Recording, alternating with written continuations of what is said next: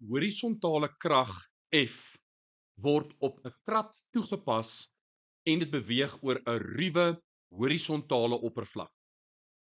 Die kinetiese wrywingskrag tussen die krat en die oppervlak hang af van A, die toegepaste krag F, B, die buiteoppervlakte van die krat wat aan die vloer raak, C, hoe vinnig die krat oor die oppervlak beweeg, of D, die opwaartse krag wat deur die oppervlak op die krat uitgeoefen word.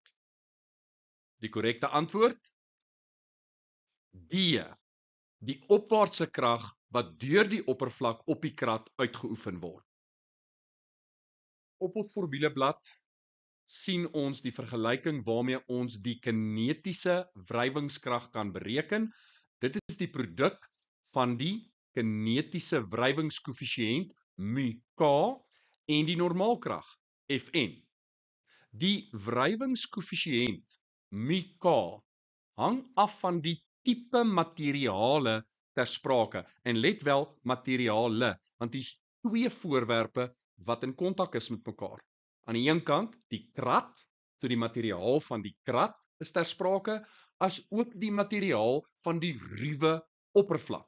Daar's interaksie tussen die krat en die ruwe oppervlak.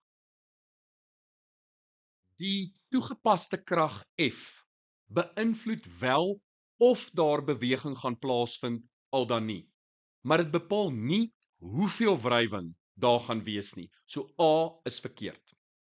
Dan B, die buiteoppervlakte van die krat wat aan die vloer raak. Nou baie belangrik. Die kontakoppervlakte het geen invloed op die grootte van die kinetiese wrywing nie. En hierdie is 'n algemene wanbegrip in fisika. En dan C, hoe vinnig die krat oor die oppervlak beweeg. Nou, die spoed van die krat beïnvloed nie die grootte van Fk nie. Solank die krat aanhou beweeg, bly die kinetiese wrywing konstant. So C is ook nie 'n opsie nie. Die korrekte antwoord is dus D. Die normaalkrag. Dis die opwaartse krag wat die vloer op die krat uitoefen. Bepaal saam met μk, daar is my produk, μk maal met die normaalkrag, die grootte van die kinetiese wrywingskrag.